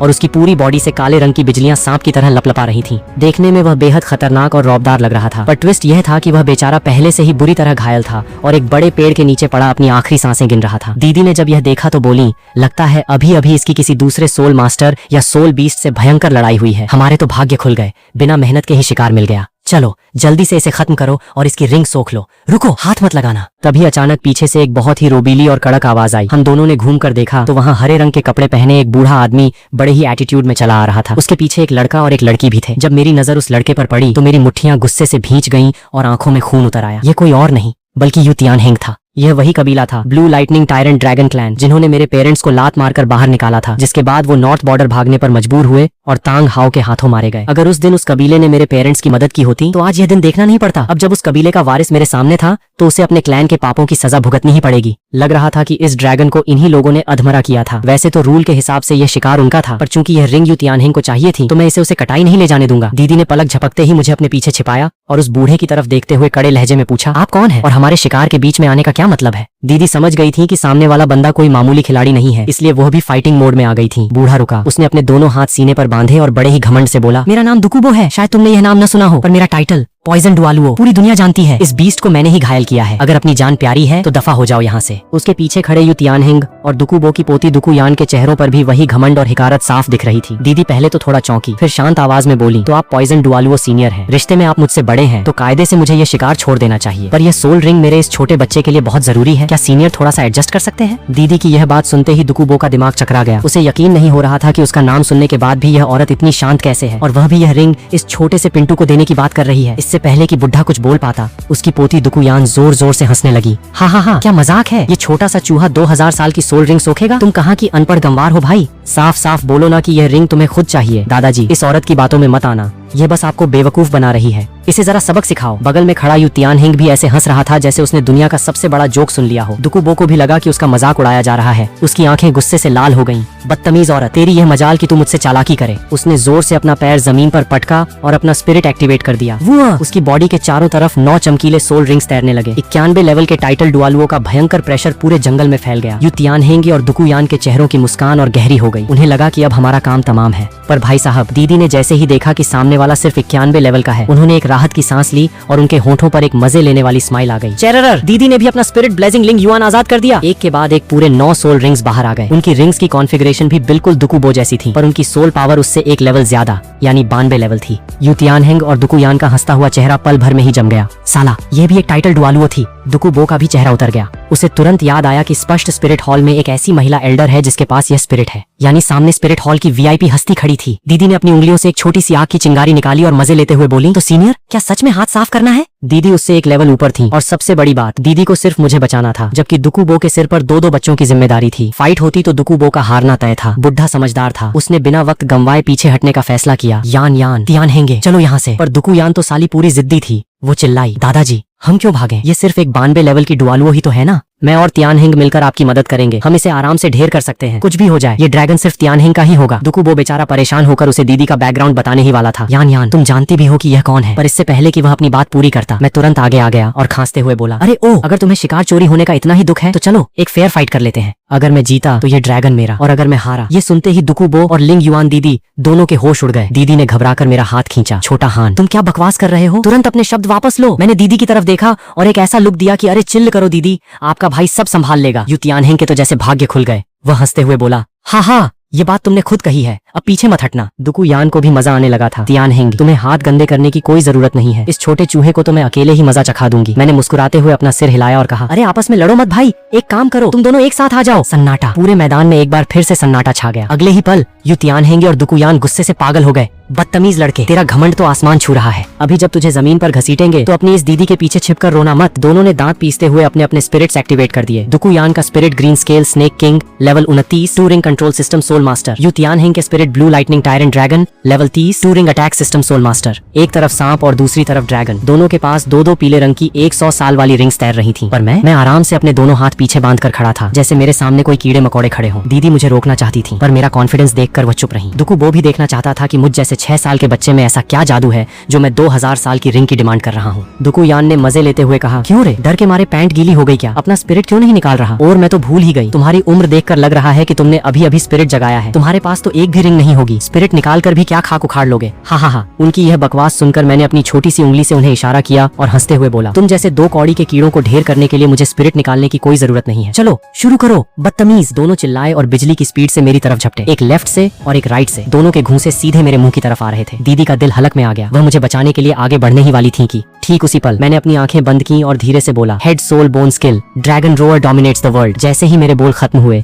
मेरी आंखें सोने जैसी तेज रोशनी से चमक उठी। मेरे पीछे एक बहुत ही विशाल और पवित्र गोल्डन सब ड्रैगन की परछाई दिखाई दी, जिसने पूरे जंगल को अपनी भयानक एनर्जी से दबा दिया। Soul bone! यू तियानहिंग और दुकू यान के कदम वहीं के वहीं जम गए। उनकी आंखें फटी की फटी रह गईं। उन्हें ऐसा लगा जैसे उनके ऊपर कोई पहाड़ टूट पड़ा हो। उनके पैर कांपने लगे और उनके स्पष्ट स्पिरिट्स की रोशनी पल भर में गायब हो गई। दुकू बो का तो साला चेहरा ही सफेद पड़ गया। वह चिल्लाया, ये तो एक 90,000 साल पुरानी हेड सोल बोन की एनर्जी है। इतने छोटे बच्चे के पास ये खजाना कहाँ से आया? दीदी ने एक लंबी सांस ली और मुस्कुराई। वह तो भूल ही गई थी कि मैंने सुबह ही बुढ़े की दी हुई सोल बोन को हजम किया था। जब सब लोग सदमे में थे, मैंने अपने छोटे से हाथ को हवा में पलटा। मेरे पीछे खड़े उस विशाल ड्रैगन ने अपना बड़ा सा मुंह खोला और एक भयानक दिमागी दहाड़ मारी। रोआरर! वह दहाड़ किसी बिजली के कड़कने जैसी थी, जो सीधे उनके दिमाग पर जाकर लगी। चूंकि यह एक प्योर मेंटल अटैक था, तो उनके किसी भी डिफेंस का इस पर कोई असर नहीं हुआ। पल भर में ही यू तियानहिंग और दुकू यान की आंखों के सामने अंधेरा छा गया। उनकी कॉन्शियसनेस गायब हो गई और वो दोनों किसी फटे हुए पतंग की तरह हवा में उड़ते हुए दूर जा गिरे और वहीं बेहोश हो गए। ये देखकर दुकू बो की आंखें इतनी बड़ी हो गईं जैसे वे बाहर निकल आएंगी। वह बिल्कुल सन्न खड़ा था।